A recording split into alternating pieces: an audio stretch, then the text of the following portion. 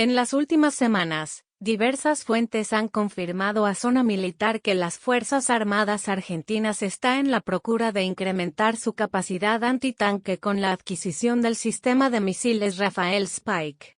El proyecto de compra forma parte de los lineamientos establecidos por el Plan de Adquisición de Munición Plurianual, PAMP, el cual fue concebido para reponer los stocks, y a la vez introducir nuevas capacidades para el instrumento militar argentino.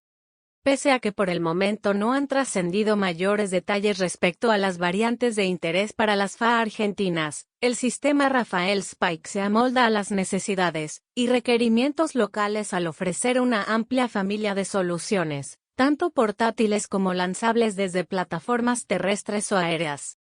La incorporación de sistemas antitanque como los Spike obedece a la necesidad de incrementar la capacidad antiblindaje de las Fuerzas Armadas, Ejército e Infantería de Marina, ya que el material disponible, Carl Gustav M4 y AT4, presenta limitaciones propias de su naturaleza, carecen de sistema de guía y son de muy corto alcance. Vale recordar que el Ejército dispone del sistema Raytheon TODOSA, pero su cantidad limitada y baja disponibilidad han obligado a pensar en nuevas soluciones. Rafael Spike. La familia de misiles Spike ha sido desarrollada por la compañía Rafael Advanced Defense Systems, siendo uno de los sistemas antitanque más difundidos y con una amplia gama de variantes.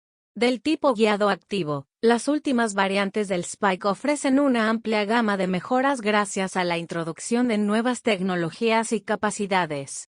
Fuente: Zona Militar.